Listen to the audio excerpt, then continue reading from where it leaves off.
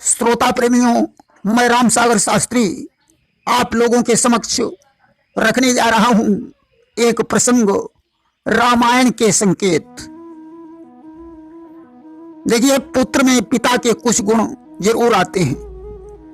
जब लवकुश ने राम के अश्वमेध यज्ञ वाले घोड़े को पकड़ा तो एक भयानक युद्ध छिड़ गया। लवकुश बड़ी बहादुरी के साथ लड़े। युद्ध में शत्रुघ्न, लक्ष्मण, भरत आदि योद्धा परास्त हो गए। तब स्वयं भगवान राम युद्ध स्थल में पहुंचे। राम ने जब ब्रह्मास्त्र ताना तो लवकुश ने भी ब्रह्मास्त्र ताना। राम आश्चर्य में डूब गए। उसी समय वाल्मीकि जी ने आकर राम को सावधान कर दिया कि तभी सुनी कुछ दूर से प्रभु ने ऐसी टेर, सावधान करना नहीं यह अनीति अंधेर। उन्होंने कहा, राम, पिता के गुण बच्चे में जरूर आते हैं, क्योंकि लव और कुश आपके ही पुत्र हैं। देखिए, दुष्ट को कभी क्षमा नहीं करना चाहिए। कामदेव सबसे पहले तो देवर्षि नारद की तपस्या भंग करने गया। नारद जी को उस पर कोई गुस्सा नहीं आया कि भयउ न नारद मन कछुरोसा और कही प्रिय वचन काम परितोषा। नारद जी ने प्रिय वचन कहकर उसे समझा बुझा कर भेज दिया, परंतु दूसरी बार इसने नारद के पटकी ही लगा दी, जो विश्व मोहिनी को देखकर मोहित हो गए। तीसरी बार कामदेव पुष्प वाटिका में कंकड़ किंकड़ी और नूपुरों के रूप में गया कि कंकण किंकिनी नूपुर ध्वनि सुनी, कहत लखन सन राम हृदय गुनी। जब राम ने सीता जी के कंकड़ किंकड़ी और नूपुरों की ध्वनि को सुना तो उन्होंने लक्ष्मण से कहा कि हे लक्ष्मण, बड़ा अचंभा है, सारा उपवन झनकार उठा, छा गई सरसता कमलों पर, भ्रमरों का दल गुंजार उठा। इन सुंदर शब्दों को सुनकर भासित होता यह भ्राता है, दुंदुभी बजाकर कामदेव दुनिया पर चढ़ता आता है। जिन कानों ने उपदेश सुने उनके अब ढंग निराले हैं, जो नयन लजीले रहे सदा वे किसे देखने वाले हैं। अपना तो ऐसा धर्म नहीं जो तके पराई कन्या को, हे लखन यहाँ से शीघ्र चलो, हो रही देर गुरु पूजा को। चौथी बार कामदेव राम के विवाह में घोड़े के रूप में पहुंचा कि जय ही तुरंग पर राम विराजे, और गति बिलो की खगनायक लाजे। जिस घोड़े पर राम बैठे हुए हैं उसकी चाल को देखकर गरुड़ भी लज्जित हो रहे हैं कि कहीं न जाई सब भांति सुहावा, और बाजी बेस जनु काम बनावा। पांचवी बार कामदेव भगवान शंकर के पास पहुंचा। भोलेनाथ ने विचार किया कि इसे नारद ने क्षमा कर दिया था, परंतु दोबारा इसने उनके पटकी ही लगा दी। आज तो यह क्षमा करने के योग्य नहीं है।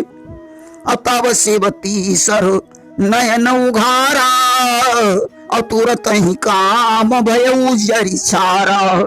इसलिए उन्होंने तीसरा नेत्र खोलकर कामदेव को भस्म कर दिया। देखिए, राम ने ही धनुष क्यों तोड़ा, अन्य राजा क्यों नहीं तोड़ पाए, समझने की बात है। अन्य राजा जब धनुष को तोड़ने के लिए उठे तो कैसे उठे कि परिकर बांधी उठे अकुलाई, और चले इष्ट देवन सिरुनाई। कमर कसकर अकुलाकर उठे और अपने इष्ट देवों को सिर नवाकर चले। अब बताओ, अकुलाहट में कोई कार्य कैसे सिद्ध हो सकता है? और जब उसे उठाते हैं तो कैसे उठाते हैं कि तमकी ताकी तकी शिव धनु धरही, और उठई न कोटि भांति बलु करही। वे बड़े ताव से शिव जी के धनुष की ओर देखते हैं और फिर निगाह जमा कर उसे पकड़ते हैं, करोड़ों भांति से जोर लगाते हैं, परंतु धनुष उठाए से नहीं उठता। ताव में भी कार्य का नुकसान हो जाता है। और राम जब धनुष तोड़ने के लिए उठे तो कैसे उठे कि ठार भये उठी सहज सुभाई, ठवनी जुआ मृगराज लजाए। न उनके मन में हर्ष है न विषाद है, सरल स्वभाव से उठ खड़े हुए। उनके खड़े होने की शान से जवान सिंह भी लज्जित हो गए। गुरु पद बंदी सहित अनुरागा, राम मुनि ने सनयाय सुमागा। प्रेम सहित गुरु के चरणों की वंदना करके उन्होंने मुनियों से आज्ञा मांगी। देखिए, गुरुजनों के आशीर्वाद से बड़े बड़े कार्य सिद्ध हो जाते हैं। अब धनुष के पास चले तो कैसे चले कि सहज ही चले सकल जग स्वामी, मत मंजू बरस कुंजर गामी। सुंदर मत वाले हाथी की चाल से स्वाभाविक चले। जब धनुष के पास पहुंचे तो क्या किया कि गुरु ही प्रणाम मन ही मन कीना, अवति लाघव उठाई धनुलीना। गुरु को मन ही मन प्रणाम किया और बड़ी फुर्ती से धनुष को उठा लिया। कि लेत चढ़ावत खींचत गाढ़े, और काहू न लखा देखी सब ठाड़े। उन्होंने कब धनुष उठाया, कब चढ़ाया, कब खींचा, इसे कोई नहीं जान पाया। और ते ही क्षण मध्य राम धनु तोरा, परे भुवन धुनि घोर कठोरा। उसी क्षण उन्होंने बीच से धनुष को तोड़ दिया, जिसकी धुन सभी लोकों में भर गई। देखिए, शेषनाग की शक्ति ने 3 जगह अपना काम किया है। एक तो जब भगवान राम ने धनुष तोड़ा तब कि लखन लखेऊ रघुवंश मणि, ताके हर को दंड, पुलकी गात बोले वचन, चरण चापी ब्रह्मंड। जब राम ने शिव जी के धनुष की ओर ताका तो लक्ष्मण ने पुलकित होकर ब्रह्मांड को अपने चरणों से दबा लिया और दिग्गजों को पृथ्वी थामने के लिए सावधान कर दिया। दूसरा, जब अंगद ने रावण की सभा में अपना पैर जमाकर कहा कि जो मम चरण सकई सठटारी, और फिर ही राम सीता मैं हारी। जो हमारे पैर को उठा देगा तो रामचंद्र वापस लौट जाएंगे, मैं सीता जी को हार जाऊंगा।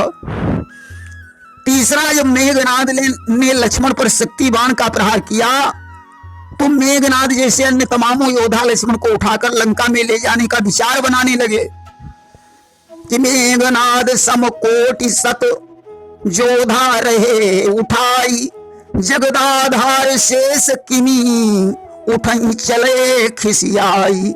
परंतु जब उठा नहीं पाए तो खिसिया कर चले गए। देखिए, लक्ष्मण को क्रोध कब और कहां कहां आया। एक तो जिस समय जनक ने कहा कि अब पृथ्वी पर कोई वीर नहीं रह गया है, तब लक्ष्मण को क्रोध आ गया और उन्होंने राम से कहा कि जो तुम्हार अनुशासन पावं, तो कंदु कैव ब्रह्मांड उठावं। अगर मुझे तुम्हारी आज्ञा मिल जाए तो मैं गेंद के समान ब्रह्मांड को उठाकर कच्चे घड़े की तरह फोड़ डालूं। अगर तुम्हारी आज्ञा हो तो मैं शत्रग दंड की तरह धनुष को तोड़ डालूं। दूसरा क्रोध इन्हें सुग्रीव पर आया। जब उन्होंने धनुष पर बाण चढ़ाकर सुग्रीव को दंड देने का विचार किया, उस समय राम ने लक्ष्मण को समझाया कि तब अनुज समुझावा रघुपति करुणा शिव, भय दिखाई लैया बहु तात सखा सुग्रीव। लक्ष्मण, सुग्रीव को भय दिखाकर यहां मेरे पास ले आइए। तीसरा क्रोध लक्ष्मण को भरत पर आया और उन्होंने धनुष पर बाण चढ़ाया। राम से कहा, भैया मुझे आज्ञा दीजिए, आज मैं भरत को जान से मार डालूंगा। अगर उसकी रक्षा भगवान शंकर भी करें तो भी वह मेरे हाथों से नहीं बच सकता है। राम ने कहा, लक्ष्मण क्या तुम पागल हो गए हो?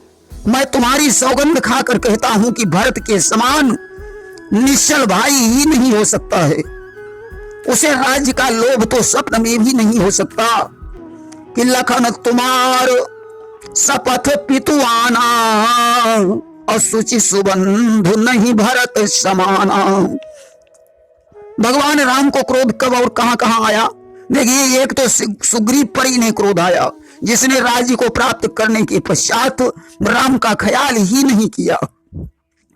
उस समय इन्होंने लक्ष्मण से कहा कि जय ही सहायक मारा मैं बाली और ते ही सर हतऊ मूढ़ कहूं काली। मैंने जिस बाण से बाल को का वध किया है, उसी बाण से मैं कल सुग्रीव का वध कर डालूंगा। अरे जिनकी कृपा से काम, क्रोध, मद, लोभ, मोह आदि विकार नष्ट हो जाते हैं, उन्हें तो स्वप्न में भी क्रोध नहीं आना चाहिए। लेकिन दूसरा क्रोध इन्हें समुद्र पर आया कि विनय न मानत जलधि जड़ गए 3 दिन बीत। बोले राम सकोप तब भय बिनु होई न प्रीति। समुद्र की 3 दिन प्रार्थना की, परंतु समुद्र ने इनकी विनय को स्वीकार नहीं किया। तब राम ने लक्ष्मण से कहा कि लक्ष्मण भगवान सरासन आनु अशोकं वारिध विशिख कृषानु। हे लक्ष्मण, मेरा धनुष बाण लाइए, मैं आज बाण मारकर समुद्र को ही सुखा दूंगा। देखिए, मानस में एक चौपाई आती है कि बारू भलवास नरक को ताता पर दुष्ट संग जनि देई विधाता। दुष्ट के साथ से नरक में जाना भी अच्छा है। देखिए, दुष्ट 4 प्रकार के होते हैं, सठ, खल, मूर्ख और नीच। सठ के लिए लिख दिया गया कि सठे साठ्यम समाचरित। सठ के साथ सठता ही करनी चाहिए। और सठ सुधर सतसंगति पाई पारस परिस कुधातु सुहाई। सठ का सुधार सतसंगत से हो जाता है। सठ के अंतर्गत कालिदास के प्रारंभिक जीवन की कथा आती है। और देखिए, खल अपना आडंबर बनाता है, परंतु उसका स्वभाव कभी नहीं जाता है कि खल होकर भल पाई सुसंगू और मिटाई न मलिन स्वभाव अभंगू। एक कवि ने लिख दिया कि कितना ही सत्संग करे वो सुजन साधु निर्मल का जाता। कभी स्वभाव न खल का जाता, कभी स्वभाव न खल का। मिश्री मिश्रित पैसे सिंचन करो नीम के थल का। किंतु साध करुआ ही होगा सदा नीम के फल का जाता। कभी स्वभाव न खल का। भले ही नीम के वृक्ष को दूध में मिश्री मिलाकर सींचा जाए, परंतु उसका फल कड़वा ही होगा। नकली साधु इसका उदाहरण है। साधु वैसी रावण जब सीता हरने के लिए गया तो उसे खल कहा गया है। अमूर्ख, मूर्ख के हृदय में तो कभी चेत ही नहीं हो सकता कि मूर्ख हृदय चेत नहीं आना और चाहे गुरु मिलई बिरंची समाना। भले ही ब्रह्मा क्यों न गुरु बनकर आ जाए, परंतु उसके हृदय में चेत नहीं हो सकता है। देखिए, मूर्ख 64 प्रकार के होते हैं। और नीच के लिए तो लिख दिया गया कि जाते नीच बड़ाई पावा और सो प्रथम हतिता ही नसावा। नीच जिससे बड़ाई प्राप्त करता है, उसी को नष्ट करने की कोशिश करता है। जैसे धुआं आग से उत्पन्न होता है और वही धुआं मेघ बनकर आग को बुझा देता है। एक बार एक महात्मा की गोद में बिल्ली के भय से एक चूहा कूद कर गिरा। महात्मा जी ने उसे बिल्ली बना दिया, बिल्ली से कुत्ता और कुत्ता से शेर बना दिया, तो वह उन्हीं को खाने के लिए दौड़ा। महात्मा जी ने उसे फिर चूहा बना दिया कि पुनर्मुस्को भव, फिर से चूहा हो जा। देखिए, नारद मुंह में, नारद के अंदर, देवर्षि नारद के अंदर 8 गुण, 8 अवगुण दिखाए गए हैं जो स्त्रियों में पाए जाते हैं। कि साहस अनृत चपलता माया अभय अविवेक ये शौच यदाया। ये आठों अवगुण देवर्षि नारद जी के अंदर पाए गए। प्रेम से बोलिए वृंदावन बिहारी लाल की जय।